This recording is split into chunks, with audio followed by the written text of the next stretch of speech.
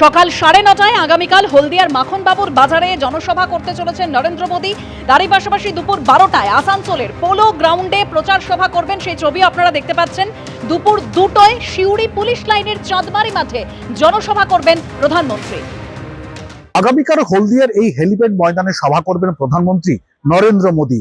কার্যত তার আগে কিন্তু সাজো সাজো রব আমরা দেখতেই পাচ্ছি, একেবারে শেষ মুহূর্তে প্রস্তুতি চলছে। আমরা দেখতেই পাচ্ছি যে মঞ্চ তৈরি করা হয়েছে, সেখানেই কিন্তু আগামীকাল নরেন্দ্র মোদী আসবেন এবং তিনি তার বক্তব্য রাখবেন।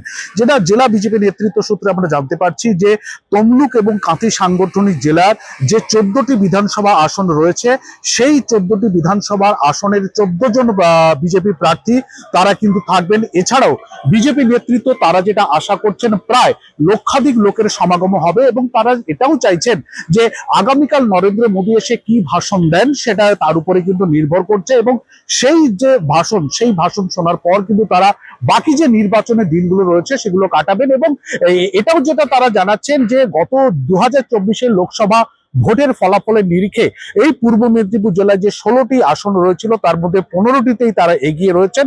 ফলে বাড়তি অ্যাডভান্টেজে তারা রয়েছেন, অন্তত এমনটাই মনে করছেন। এবং আগামীকাল কি বার্তা দেন প্রধানমন্ত্রী সেটাই কিন্তু তারা এখন শোনার জন্য উদ্গ্রীব হয়ে রয়েছেন।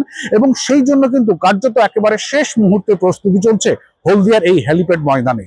হলদিয়া থেকে ক্যামেরায় মানস জানার সঙ্গে বিটন চক্রবর্তী, এবিপি আনন্দ, পূর্ব মেদিনীপুর।